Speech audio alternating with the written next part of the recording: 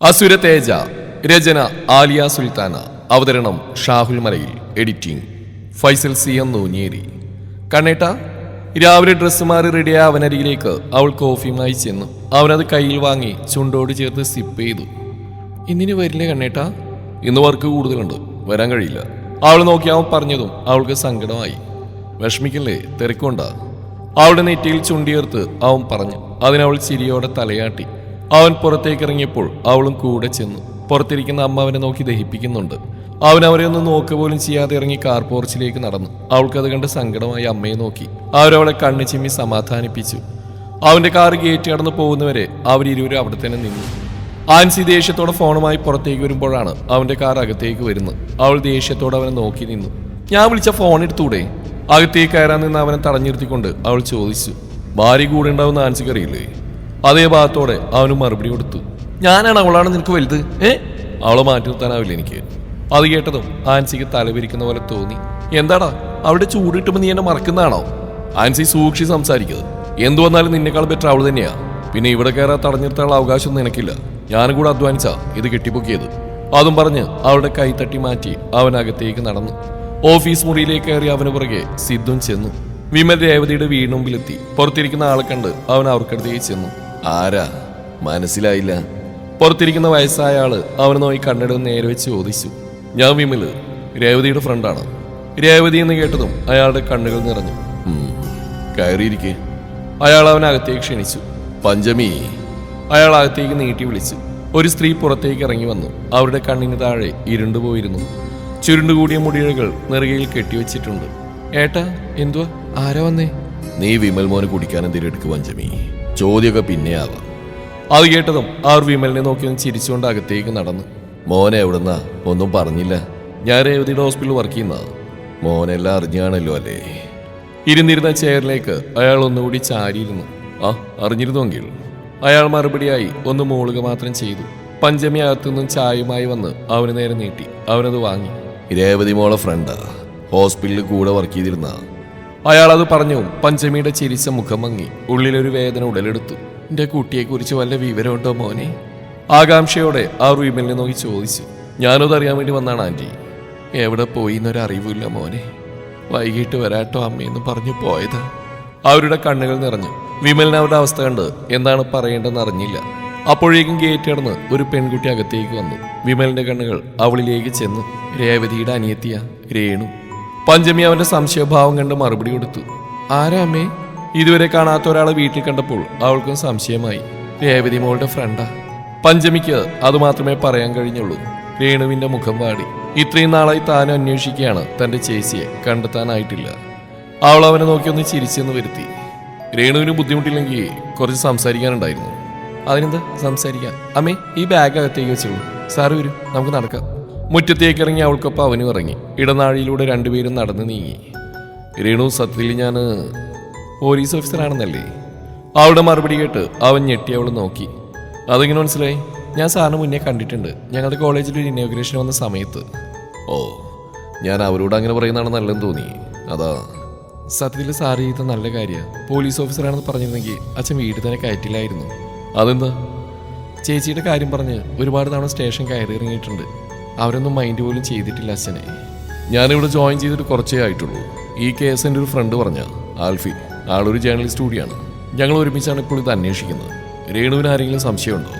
ഇല്ല സർ, കാരണം ചേച്ചിക്ക് ആരുമായിട്ട് അത്ര അടുപ്പം പോലും ഉണ്ടായിരുന്നില്ല. പെട്ടെന്നൊരു ദിവസം രേവതി മിസ്സിംഗ് ആവണമെങ്കിൽ അന്നത്തെ ദിവസം രേവതിയുടെ ലൈഫിൽ ഒട്ടും പ്രതീക്ഷിക്കാതെ എന്തെങ്കിലും നടന്നിട്ടുണ്ടാവണം. രേണു എല്ലാം കേട്ട് നടന്നു. അവസാനമായി ചേച്ചിയും അവളുമായിട്ടുള്ള നിമിഷങ്ങളായിരുന്നു അവളുടെ മനസ്സ് മുഴുവൻ. അന്ന് കോളേജിലേക്ക് ഇറങ്ങാൻ വേണ്ടി ഇറങ്ങിയപ്പോഴാണ് സൂര്യൻ അങ്ങോട്ട് വരുന്നത്. ഒരാഴ്ചയായി പുതിയ വീട്ടിൽ താമസം തുടങ്ങിയിട്ട്. പ്രസാദ് ഒന്നും വിളിച്ചിട്ട് പോലുമില്ല. അല്ലെങ്കിലും ഞാൻ അയാൾ അച്ഛനായി കണ്ടിട്ടില്ലല്ലോ. സൂര്യൻ ഗേറ്റിന് പുറത്താണ് നിന്ന്. പുറത്തേക്ക് വന്ന രാധയെ അവനെ കണ്ടു. അവർ പേടിയോടെ അനുവിനെ നോക്കി. അവളൊന്നുമില്ലെന്ന് കണ്ണു കാണിച്ചു. രാധയുടെ കവിളിൽ ചുണ്ടി ചേർത്ത് ബാഗ് ഒന്നുകൂടെ തോളിലേക്ക് വലിച്ചിട്ട് അവൾ പുറത്തേക്ക് നടന്നു. തുളസി തറയുടെ അടുത്തെത്തിയപ്പോൾ അതിൽ നിന്നൊരിതൾ പൊട്ടിച്ചെടുത്ത് തലയിൽ ചൂടി.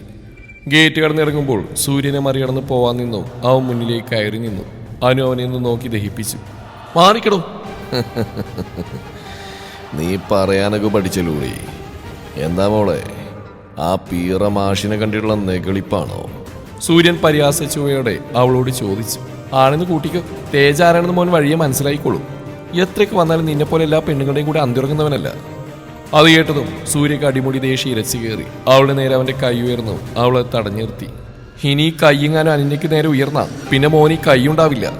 അതും പറഞ്ഞ് അവന്റെ കൈ ശക്തിയോടെ കുടഞ്ഞെറിഞ്ഞുകൊണ്ട് അവൾ ബസ് സ്റ്റോപ്പിലേക്ക് നടന്നു. ഡീ, അവൻ അവിടെ കിടന്ന് അലറി. റോഡിൽ കിടന്ന് അലറാതെ വീട്ടിലെ തൊഴുത്ത് പോയി കിടക്കടും. അവൾ അപ്പുറത്തെ സൈഡിൽ നിന്ന് വിളിച്ചു പറഞ്ഞു. ആളുകളൊക്കെ നോക്കി തുടങ്ങിയതും അവൻ പിന്നെ ഒന്നും പറയാതെ വണ്ടിയെടുത്ത് പോയി. അനുവിന് എന്തെന്നില്ലാത്ത സംതൃപ്തി തോന്നി. ആദ്യമായിട്ട് ശത്രുവിനെ നേരിട്ട പ്രതീതി. അവനിരിക്കുന്ന മുറിയിലേക്ക് ആൻസി കയറി ചെന്നു. അവളെ കണ്ടതും അവന്റെ മുഖം ദേഷ്യം കൊണ്ട് വലിഞ്ഞു മുറുകി. നിന്നോടാരെ ഇപ്പം ഇങ്ങോട്ട് വരാൻ പറഞ്ഞ്? നിങ്ങളെന്റെ കഴുത്തിലൊരു മിന്നിട്ടിയെ മറന്നോ? അവൾ ദേഷ്യം കൊണ്ട് വിറക്കുന്നുണ്ടായിരുന്നു. ആൻസി പ്ലീസ്, ഞാൻ നിന്നോട് സംസാരിക്കാൻ പറ്റിയൊരു മൂഡിലല്ല ഇപ്പോൾ. അവൻ തലക്ക് കൈ കൊടുത്തിരുന്നു.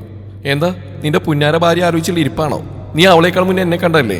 എന്നെ മിന്നിട്ടിയതല്ലേ? എന്റെ കൂടെ ജീവിച്ചവനല്ലേ? പിന്നെ ഇപ്പൊ മാത്രം എന്താ? ആൻസി, എനിക്ക് നിന്നെ ഇഷ്ടമില്ലാത്ത കുഴപ്പമൊന്നുമില്ല. പ്രണയിച്ച് വിവാഹം കഴിച്ചവരാ നമ്മൾ.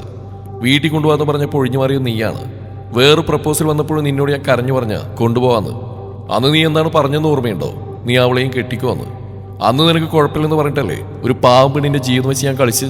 ആൻസിക്ക് മറുപടിയൊന്നും ഉണ്ടായിരുന്നില്ല. എല്ലാത്തിലും കാരണക്കാരി താൻ തന്നെയാണ്. തലകുനിച്ച് നിൽക്കുന്നവളുടെ അടുത്തേക്ക് അവൻ ചെന്ന് നിന്നു. അവളെ നെഞ്ചോട് ചേർത്ത് പിടിക്കുമ്പോൾ അവൾ അവന്റെ നെഞ്ചിലേക്ക് ചാഞ്ഞു. അവളുടെ കപട സ്നേഹവും കരച്ചിലും മനസ്സിലാവാതെ അവനും അവളെ ചേർത്ത് പിടിച്ചു. ദിവ്യയും തേജ് സംസാരിച്ചുകൊണ്ട് നടന്നു വരുമ്പോഴാണ് അനു എന്തോ ഫയലുമായി ദിവ്യയുടെ അടുത്തേക്ക് വന്ന്.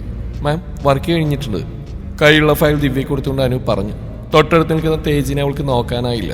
എന്നാൽ അവന്റെ കണ്ണുകൾ അവളുടെ മുഖത്തിന് തങ്ങി നിന്നു. ഒന്ന് നോക്കിയാൽ അവളുടെ കണ്ണ് കൊഴിഞ്ഞു പോകും. പെണ്ണ് നോക്കാതെയുള്ള പരിഭവമാണ് പിറുവിറുത്തുകൊണ്ട് തീർക്കുന്നത്. മുഖം വീർത്തു പോയിരുന്നു. അനു അത് നോക്കുന്നറിഞ്ഞെങ്കിലും മനഃപൂർവ്വം കണ്ണുകളെ ശാസനയോടെ തടഞ്ഞു നിർത്തി. ഓക്കെ അനു, ഞാൻ നോക്കിക്കോളാം. ദിവ്യ അത് പറഞ്ഞതും അവളൊന്ന് ചിരിച്ചുകൊണ്ട് തിരിഞ്ഞു നടന്നു. എന്താടാ കടന്നലുത്തിയ പോലെ മുഖം വീർത്തിരിക്കുന്നേ? ഏയ് ഒന്നുമില്ല, നീ വാ. മനസ്സിലായി. ആയാലോ, എങ്കിലും എഴുന്നള്ളിയാലോ, എനിക്ക് വിശക്കുന്നുണ്ട്. അതും പറഞ്ഞ് തേജ് ദേഷ്യത്തോടെ മുന്നോട്ട് നടന്നു. ദിവ്യ ഒരു ചിരിയോടെ അവന് പുറകെ ചെന്നു. തേജ് കോളേജിലേക്ക് പോയിരുന്നു. ആൽഫി എന്തൊക്കെ ഇൻവെസ്റ്റിഗേഷന്റെ ഭാഗമായിട്ട് ഓഫീസിൽ പോയിട്ടില്ല. അവനൊരു ലുങ്കിയും ഷർട്ടും ധരിച്ച് ജിപ്സിയിലേക്ക് കയറി. കുറച്ച് ദിവസത്തേക്കുള്ള വസ്ത്രങ്ങൾ അവൻ്റെ ബാഗിലാക്കി ജിപ്സിയിലേക്ക് വെച്ചു. ഓഫീസർ അയച്ചു തന്ന പുതിയ കേസിന്റെ ഡീറ്റെയിൽസ് അവനൊന്നുകൂടെ നോക്കി. നാദേശ്വരമംഗലം അരുൺ മഹാദേവ്, രേവതി വർക്ക് ചെയ്ത അതേ ഹോസ്പിറ്റലിലെ ഡോക്ടർ, കൊലപാതകം, രേവതി മിസ്സിംഗ് ആയ അതേ ദിവസം തന്നെ. എല്ലാം വായിച്ചു നോക്കി അവൻ എന്തൊക്കെയോ മനസ്സിൽ കണക്ക് കൂട്ടി. പിന്നെ ലക്ഷ്യസ്ഥാനത്തേക്ക് ജിപ്സി പറപ്പിച്ചു. അനു ലൈബ്രറിയിലേക്ക് കയറിയതും ആരോ അവളെ വായപുത്തി വലിച്ചൊരു ഭാഗത്തേക്ക് മാറ്റി നിർത്തി. ചുമരിനോട് ചേർത്ത് നിർത്തുമ്പോൾ മുന്നിൽ നിൽക്കുന്നവനെ കണ്ട് അവളുടെ കണ്ണുകളിൽ കുസൃതി നിറഞ്ഞു. അവന്റെ ഗന്ധം തന്നെ വന്ന് പൊതിഞ്ഞു പിടിച്ച പോലെ തോന്നി അവൾക്ക്. അല്ലെങ്കിലും പിടിച്ചുകൊണ്ട് വന്നപ്പോഴേ തോന്നിയതാ ഈ വാദിയാരായിരിക്കുമെന്ന്. അല്ലാതെ വേറൊരാൾക്ക് അത്ര ധൈര്യം കാണില്ലല്ലോ. എന്താണ്, നിനക്ക് ജാടയാണോ? അവളുടെ മുഖത്തിന് നേരെ മുഖം കൊണ്ടുവന്ന് ദേഷ്യത്തോടെയാണ് ചോദ്യം. എന്റെ കൃഷ്ണ, ദേഷ്യപ്പെടാൻ മാത്രം ഞാനൊന്നും ചെയ്തില്ലല്ലോ. മൈൻഡ് വോയിസ് ആണ്. പുറത്തേക്ക് വന്നാൽ കാലം കാലിൽ വാരിയാലോ. നിന്നോടാ കേട്ടില്ലടി. എനിക്കൊന്നുമില്ല. ഓഹോ, പിന്നെന്താണ് നേരത്തെ കണ്ടോ മൈൻഡാക്കാതിരുന്ന്? ഇപ്പൊ മുഖം ഒന്നുകൂടി തന്നോട് അടുത്തിട്ടുണ്ട്. ഒരു കൈ എൻ്റെ ഇടുപ്പിലൂടെ കൊണ്ടുവന്ന് ആ നെഞ്ചിലേക്ക് വലിച്ചു ചേർത്തിട്ടുണ്ട്. എൻ്റെ ഉടലാകെ ഒരു വിറയൽ കടന്നുപോയി. അത് എനിക്ക് എന്തോ പോലെ ആയിട്ടാ. ഇടുപ്പിൽ മുറുകുന്ന അവൻ്റെ കൈകൾ വിടുവിക്കാൻ ശ്രമിക്കുന്നതിനിടയിൽ അവൾ പറഞ്ഞൊപ്പിച്ചു. എൻ്റെ പേടിയോടെയുള്ള നിൽപ്പ് കണ്ടിട്ടോ എന്തോ ആ മുഖമൊന്ന് അയഞ്ഞിട്ടുണ്ട്. എൻ്റെ മയക്കുന്ന ചിരി വിരിഞ്ഞിട്ടുണ്ട്. ഞാൻ ആ കണ്ണുകളിലേക്കും ചിരിയിലേക്കും വെറുതെ നോട്ടമെറിഞ്ഞ് നിന്നു. കഴിഞ്ഞോ? കണ്ണിന് മുന്നിൽ വിരൽ ഞൊടിച്ചുകൊണ്ടാണ് ചോദ്യം. വായി നോട്ടം. അങ്ങേര് പറഞ്ഞപ്പോഴാണ് ഞാൻ ഇത്രയും നേരം ആൾ വായി നോക്കിയായിരുന്നെന്ന് ഓർത്തു പോയത്. എൻ്റെ കൃഷ്ണ, ഉള്ള വിലയും പോയി. ഞാൻ ആ മുഖത്തുനിന്ന് കണ്ണു വെട്ടിച്ചു. മുഖം കൈകൊണ്ട് ആ മുഖത്തിന് നേരെ തിരിച്ചു. നെറ്റിയിൽ അധരങ്ങൾ പതിഞ്ഞതും എൻ്റെ കണ്ണുകൾ കൂമ്പി അടഞ്ഞു. കവിളിലൊരു കടി കിട്ടിയതും ഞാൻ വേദന കൊണ്ട് കണ്ണുമിഴിച്ചു പോയി. ആ കൈകൾ പതിയെ അവിടെ തലോടുന്നുണ്ടായിരുന്നു. ഞാൻ കണ്ണുരുട്ടി പേടിപ്പിച്ചു. ഒരു കുഞ്ഞു ശിക്ഷയാ, സോറി. മുഖം ചുളിച്ച് പറയുന്ന കേട്ട് എനിക്കറിയാതെ ചിരി വന്നുപോയി. ആ നെഞ്ചിലേക്ക് എന്നെ അടക്കി പിടിച്ചു. ഈ നിമിഷങ്ങൾ അവസാനിക്കാതിരുന്നെങ്കിലെന്ന് ഞാൻ ആശിച്ചു പോയി. തേജ കോളേജ് വിട്ട് പുറത്തേക്ക് ഇറങ്ങി. എന്നും ആൽഫിയോടെ കാത്തു നിൽക്കുന്നതാണ്. ഇന്ന് കാണാനില്ല. ജോയലും കാർത്തിയും കോളേജിൽ ഫുട്ബോൾ മാച്ച് ഉണ്ടെന്നും പറഞ്ഞ് അവിടെ തന്നെ നിന്നു. ഇനി തിരിച്ച് വീട്ടിലേക്ക് രാത്രി 9 or 10 ആവും. ഇങ്ങനെ ഒരു ചെക്കൻ. മാധുരി നിത്യ അവിടെ ബസ് വന്നപ്പോൾ കയറിപ്പോയി. അക്ഷയ് സാർ എനിക്കരികിൽ കാർ നിർത്തി വരുന്നോ എന്ന് ചോദിച്ചു. ഞാൻ ചിരിയോടെ ഇല്ലെന്ന് പറഞ്ഞു. കൂടെ ചോദിച്ചതിനൊരു താങ്ക്സും പറഞ്ഞു. 10 മിനിറ്റ് കഴിഞ്ഞിട്ടാണ് പിന്നെ ഒരു ബസ് വന്ന്. നല്ല തിരക്കുണ്ടായിരുന്നു. ഏന്തി വലിഞ്ഞ് കയറി കൂടി. കവലയിൽ ബസ് ഇറങ്ങി വീട്ടിലേക്ക് നടന്നു. സാധാരണ കോളേജിന്റെ അവിടെ വന്നിട്ടില്ലെങ്കിൽ ഇവിടെ ഇച്ചായ വന്ന് നിൽക്കാറുണ്ട്. ഇന്ന് കാണാനില്ല. തിരക്കായതുണ്ടാവുമെന്ന് വിചാരിച്ച് ഞാൻ നടന്നു തുടങ്ങി. മഴ വരുന്നത് പോലെ ആകെ ഒരു മൂടിക്കെട്ടൽ. പെട്ടെന്നൊരു ബൈക്ക് തനിക്ക് മുന്നിലേക്ക് വന്നു നിന്നു. അപ്പോഴേക്കും ചെറിയ ചാറ്റൽ മഴ തുടങ്ങി. റെയിൻകോട്ട് ഹെൽമെറ്റ് അയാൾ ധരിച്ചിരുന്നുകൊണ്ട് എനിക്ക് മുഖം വ്യക്തമായില്ല. അയാളുടെ ബൈക്കിന്റെ ഹെഡ്ലൈറ്റ് എന്റെ മുഖത്തിന് നേരെ അടിച്ചുകൊണ്ട് ഞാൻ കൈകൊണ്ട് കണ്ണൊന്ന് പൊത്തി. ഏതവനാണെങ്കിൽ ആ ലൈറ്റ് ഒന്ന് ഓഫ് ചെയ്ത കാല. തേജയ്ക്ക് ദേഷ്യം വന്നു പോയിരുന്നു. അവിടെ എങ്ങാൻ മനുഷ്യക്കുഞ്ഞു പോലും ഇല്ല. ഉള്ളിൽ പേടി നിറഞ്ഞ്. ആൽഫിയുടെ പൊണ്ടാട്ടിക്ക് സുഖം തന്നെയല്ലേ? ബൈക്കിൽ നിന്നിറങ്ങി ഹെൽമെറ്റ് അഴിച്ചുകൊണ്ട് അവൻ ചോദിച്ചു. ഞാൻ ഇതുവരെ കാണാത്ത ഒരാൾ. സത്യം പറഞ്ഞാൽ നാട്ടുകാരൊന്നും എനിക്കറിയില്ല. വീട് കോളേജ്, കോളേജ് വീട്. ആ കാട്ടാളുടെ വീട്ടിൽ വന്നിട്ട് അത് തന്നെയല്ലേ ഉണ്ടായിട്ടുള്ളൂ. ആഹാ, എന്നെ അറിയത്തില്ലേ? ഞാൻ ആന്റണി. ഈ നാട്ടിലൊക്കെ ഉള്ളത് തന്നെയാ. ഓ, അപ്പൊ ഇച്ചായം പറഞ്ഞിട്ടുള്ള പുള്ളിക്കാരൻ ഇതാണ്. തേജ മുമ്പൊരിക്കൽ ആൽഫി പറഞ്ഞു ഓർത്തു. തന്നെ കുറിച്ച് പറഞ്ഞതും വഴക്കുവടിയെല്ലാം ആയതും. എന്തു വേണം ആന്റണി ചേട്ടന്? ഒട്ടും ഗൗരവം വിടാത്തന്നെ തേജ ചോദിച്ചു. ആൽഫിയുടെ പെണ്ണാണെന്ന് തെളിയിച്ചു. ശൗര്യത്തിനൊരു കുറവുമില്ല. തനിക്കിപ്പോൾ എന്താണോ വേണ്ടത്? പറയാം, ഒരാളും കൂടെ എത്താനുണ്ട്. വരട്ടെ, അതുവരെ നമുക്കിവിടെ മിണ്ടിയും പറഞ്ഞൊക്കെ ഇരിക്കാന്നേ. നിന്റെ വീട്ടിലിരിക്കുന്നവരെ പോയി വിളിക്കടോ. തേജ അവനെ നോക്കി ദേഷ്യത്തോടെ പറഞ്ഞിരുത്തി തിരിഞ്ഞു പോകാനായി തുടങ്ങിയപ്പോഴേക്കും ഒരു കാർ കൂടി അങ്ങോട്ടേക്ക് വന്നു. തേജ സംശയത്തോടെ അതിലേക്ക് നോക്കി നിന്നു. അതിൽ നിന്ന് ആൻസി പുറത്തേക്ക് ഇറങ്ങി. ഓ, ഇവളായിരുന്ന കക്ഷി. ആൻസി ഒരു പുച്ഛച്ചിരിയോടെ അവൾക്കടുത്തേക്ക് വന്നു. അവൾ അതേ പുച്ഛഭാവം കാട്ടി മുഖം തിരിച്ചു. മറന്നു കാണില്ലല്ലോ അല്ലേ? ആൻസി തേജുവിനെ നോക്കി ചോദിച്ചു. അങ്ങനെ മറന്നളയാൻ പറ്റുന്ന തിരുമുഖമൊന്നുമല്ലല്ലോ. എഴുന്നള്ളിപ്പിന്റെ ഉദ്ദേശം അറിയിച്ചാലും. അന്ന് എന്നെ അടിച്ചു വിരട്ടി പോയതല്ലേ, അതൊന്ന് തിരിച്ചറിയണം തോന്നി. അയ്യേ, നീ ഇത്രയും പേടിത്തുണ്ടിയായിരുന്നോ? 4 ആളുകളുടെ മുമ്പിൽ വെച്ചാൽ ഞാൻ നിന്നെ അടിച്ച്. ഇപ്പൊ നീ പകരം വീട്ടാൻ വന്നോ വിജനമായ സ്ഥലത്തേക്ക്? ഉളുപ്പുണ്ടോടി? വില്ലെത്തിയെന്നൊക്കെ പറയുമ്പോ പകരം വീട്ടിൽ നിനക്കൊരു പവർ വേണം. ഇതൊരുമാതിരി ചീപ്പ് ഐഡിയ ആയി പോയി. ഡി ആൻസി എല്ലാം കേട്ട് കലിതുള്ളി തേജ അടിക്കാനായി കൈ ഉയർത്തിയതും അതിൽ പിടുത്തമിട്ട് തടഞ്ഞിർത്താൻ തേജയ്ക്ക് വലിയ സമയമൊന്നും വേണ്ടി വന്നില്ല. ആൻസി കൈ പിടിക്കാൻ നോക്കിയെങ്കിലും തേജ ആ കൈ പിടിച്ച് തിരിച്ചുകൊണ്ടിരുന്നു. എന്ത് നോക്കിക്കോടോ, പിടിച്ചു മാറ്റടോളെ. കുന്തം വിഴുങ്ങിയ പോലെ അവരുടെ അടികൊണ്ട് നിന്ന് ആന്റണിയെ വിളിച്ച് ആൻസി അലറി. ആന്റണി ഓടി വന്ന് തേജയെ തൊടാൻ നിന്നും അവൾ ഇടം കാലുയർത്തി അവനൊരു ചവിട്ടം കൊടുത്തു. ദേ കിടക്കുന്ന ആന്റണി. കൊച്ചു കരാട്ടയാണെന്ന് അവന്മാർക്ക് അറിയില്ലല്ലോ. ആൻസി ഒരുവിധം കൈ പിടിപ്പിച്ച് തേജയെ നിലത്തേക്ക് മറിച്ചിടാൻ നോക്കിയെങ്കിലും സാധിച്ചില്ല. അപ്പോഴേക്ക് ആന്റണി എഴുന്നേറ്റ് വന്ന് തേജയെ പുറകിൽ നിന്ന് പിടിച്ചു വെച്ചു. തേജ അവന്റെ പിടിയിൽ നിന്ന് കുതിറിക്കൊണ്ടിരുന്നു. ആൻസി വിളിച്ചുകൊണ്ട് അടുത്തേക്ക് വന്നു. തേജ പൊടുന്നതിനെ കൈയിന്റെ മുട്ടുകൊണ്ട് ആന്റണിയുടെ വയറിനിട്ടൊരു തൊഴി കൊടുത്തു. അവൻ വേദന കൊണ്ട് അമ്മച്ചിയവരെ വിളിച്ചുപോയി. ശേഷം തേജ ആൻസിയെ ചവിട്ടി താഴെയിട്ട് അവൾക്കടുത്തേക്ക് വന്നു നിന്നു. കൈയിന്റെ മുഷ്ടിയിരുട്ടി അവളുടെ മുഖത്തേക്ക് പഞ്ച് ചെയ്യുന്ന രീതിയിൽ കൊണ്ടുവന്നു. ആൻസി പേടിച്ച് കണ്ണിറുക്കി. എന്താണ് നീയൊക്കെ വിചാരിച്ച് എന്നെ അങ്ങ് ഊതിക്കളയാമെന്നോ? അതിന് ഞാൻ നീയല്ല, തേജയാണ്. കേട്ടോടി, തൽക്കാലം ഞാൻ നിന്നെ ഇപ്പൊ വിടുന്നു. ഇതുകൊണ്ടൊന്നും നീ തീരില്ലെന്ന് എനിക്കറിയാം. അത്രയും പറഞ്ഞ് ദേഷ്യത്തോടെ തേജ അവിടുന്ന് എഴുന്നേറ്റു. തിരിഞ്ഞു നടക്കുന്നതിന് മുന്നേ ആന്റണിയെ നോക്കി പേടിപ്പിക്കാനും മറന്നില്ല. പൊടുന്നതിനെ ചാറ്റൽ മഴയുടെ ശക്തി കൂടി. കയ്യിൽ കൂടെയൊന്നും കരുതിയില്ലാത്തതുകൊണ്ട് പൂർണ്ണമായിട്ടും നനയാൻ കൂടുതൽ സമയം വേണ്ടി വന്നില്ല. ആൻസിയെ എഴുന്നേൽപ്പിക്കുന്ന ആന്റണിയെ അവൾ തിരിഞ്ഞു നോക്കുമ്പോൾ കണ്ടിരുന്നു. വീട്ടിലേക്ക് എത്തുമ്പോൾ രാഘവേട്ടൻ പുറത്തേനെ നിൽപ്പുണ്ടായിരുന്നു. അയ്യോ മോളെ, മുഴുവൻ നനഞ്ഞല്ലോ. വിളിച്ചൂടായിരുന്നോ എന്നെ? വണ്ടിയായിട്ട് ഞാൻ വരില്ലായിരുന്നോ? അയാളുടെ മുഖത്ത് ആദ്യം നിറഞ്ഞു. എന്റെ രഘുവേട്ട ഒന്ന് സമാധാനപ്പെട്. മഴയല്ലേ, ഇടയ്ക്ക് മഴ കൊള്ളുന്നത് നല്ലതാ. ഉള്ളിൽ ഈ ചായം വരില്ലെന്ന് പറയാത്തതിന്റെ വിഷമമുണ്ടായിട്ടും ഞാനത് പുറത്ത് കാണിച്ചില്ല. രഘുവേട്ടനെ നോക്കി ചിരിച്ചുകൊണ്ട് ഞാൻ അകത്തേക്ക് നടന്നു. ഗേറ്റ് അടിച്ച് എന്റെ പുറകെ തന്നെ വരുന്നുണ്ടായിരുന്നു. ഉമ്മറത്തന്നെ സുചേച്ചി കണ്ണുരുട്ടി നിൽപ്പുണ്ട്. ഞാൻ നന്നായിട്ടൊന്ന് വിളിച്ചു കാട്ടി. ഫോണില്ലേ മോളുടെ കയ്യിൽ? അകത്തേക്ക് കയറാൻ നിന്നപ്പോൾ സുചേച്ചി ചോദിച്ചു. ഉണ്ടല്ലോ. ഞാൻ തിരിഞ്ഞു മറുപടി കൊടുത്തു.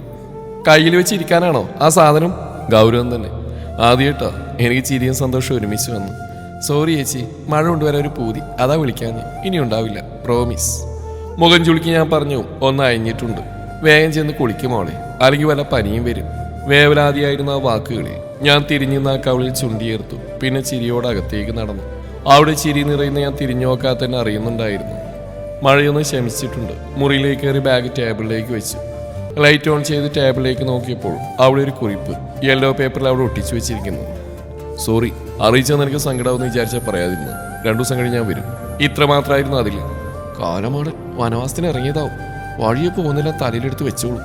ഇതിൻ്റെയൊക്കെ ആഫ്റ്റർ എഫക്റ്റ് എനിക്കാ കിട്ടുന്നത്. ആ ആൻസിയെ ചവിട്ടിയ സമയത്ത് കാലൊടിക്കാന്നൊരു ഡൗട്ട്. നല്ല പെയിനുണ്ട്. രഘുവേട്ടൻ്റെയും സുചേച്ചിയുടെയും മുന്നിലൊന്നും കാണിക്കാത്തതാണ്. അല്ലെങ്കിലും എന്നോടിപ്പോൾ ഒരു സ്നേഹമില്ല.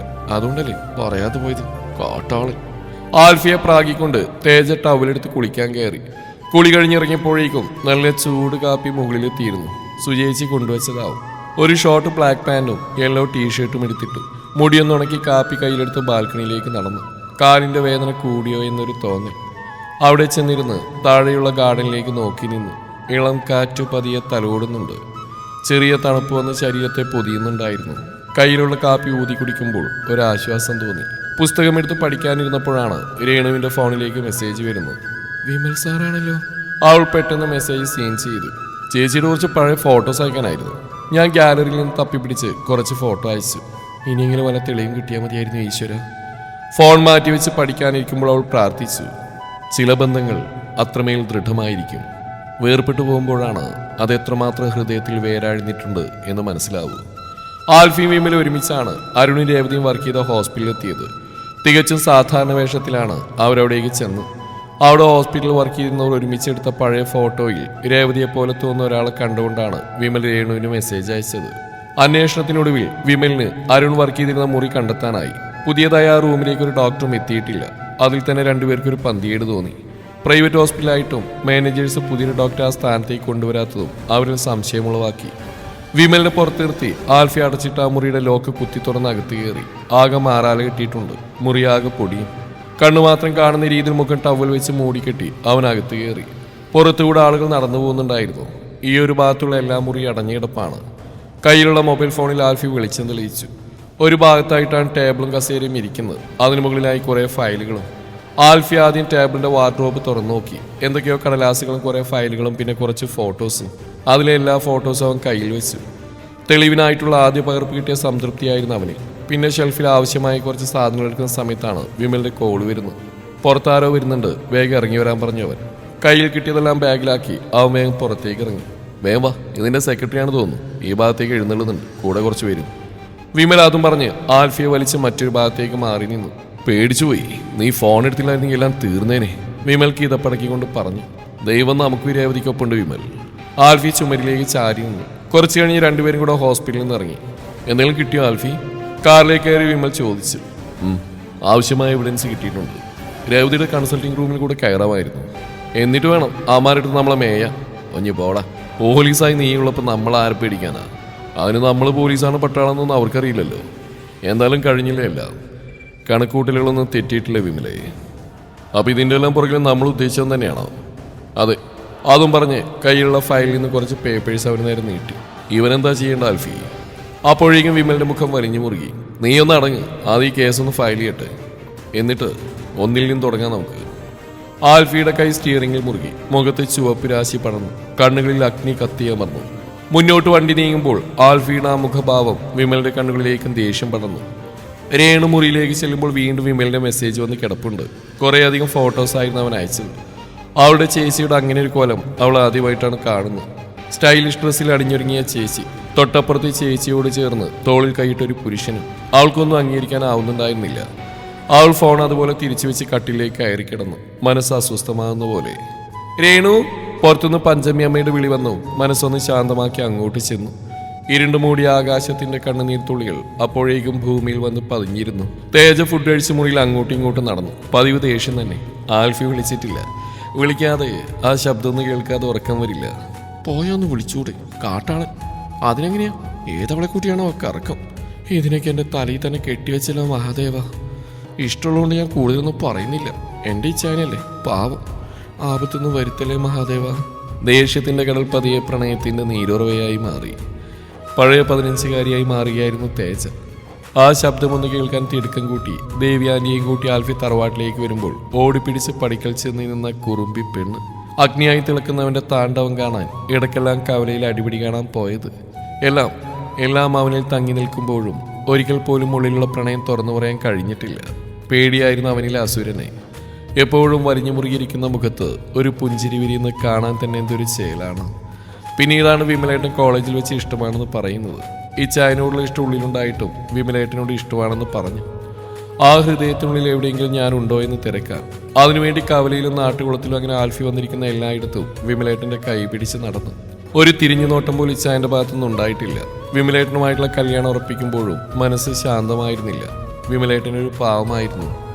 കല്യാണത്തിന്റെ അന്ന് അപ്രതീക്ഷിതമായി ഇച്ചായൻ കയറി വലിച്ചുകൊണ്ട് പോയപ്പോൾ എന്തോ ലോകം കീഴടക്കിയ പ്രതീതിയായിരുന്നു. ഒരു നിമിഷം ഞാനും ഇച്ചായനും മാത്രമായി. ലോകം നിശ്ചലമായതുപോലെ. അപ്പോഴും ആ മുഖം വലിഞ്ഞു മുറുകി തന്നെയായിരുന്നു. പിന്നെ അമ്പലത്തിൽ വെച്ചൊരു താലിയിട്ട് നെറ്റിയിൽ സിന്ദൂരം ചാർത്തുമ്പോൾ എൻ്റെ കണ്ണുകൾ സന്തോഷം കൊണ്ട് നിറഞ്ഞു പോയിരുന്നു. എങ്കിലും ആ ഉള്ളിൽ എന്നോടുള്ള സ്നേഹം അറിഞ്ഞു മുതൽ വല്ലാത്തൊരു പിടച്ചിലാണ്. വിമലേട്ടനെ ചതിച്ചതിൽ സങ്കടമായിരുന്നു. രണ്ടുപേരും കൂടി കളിച്ച നാടകമാണെന്ന് അറിഞ്ഞപ്പോഴാണൊന്ന് സമാധാനമായത്. അപ്പോഴേക്കും ടേബിളിരുന്ന ഫോൺ റിങ് ചെയ്തു. ചിന്തകൾക്ക് വിരാമമിട്ട് ചിരിയോടെ അവൾ ഫോൺ കയ്യിലെടുത്തു. ഓ, ഇപ്പോഴല്ലേ വിളിക്കാൻ തോന്നിയത്, ഞാൻ കുറച്ച് കഴിഞ്ഞ് എടുക്കത്തുള്ളൂ. ആ പെണ്ണിൽ പരിഭവം നിറഞ്ഞു. 2-3 തവണ റിങ് ചെയ്ത് ഫോൺ കട്ടായി. കുറച്ചു നേരത്തിനും പിന്നെ കോളൊന്നും വന്നില്ല.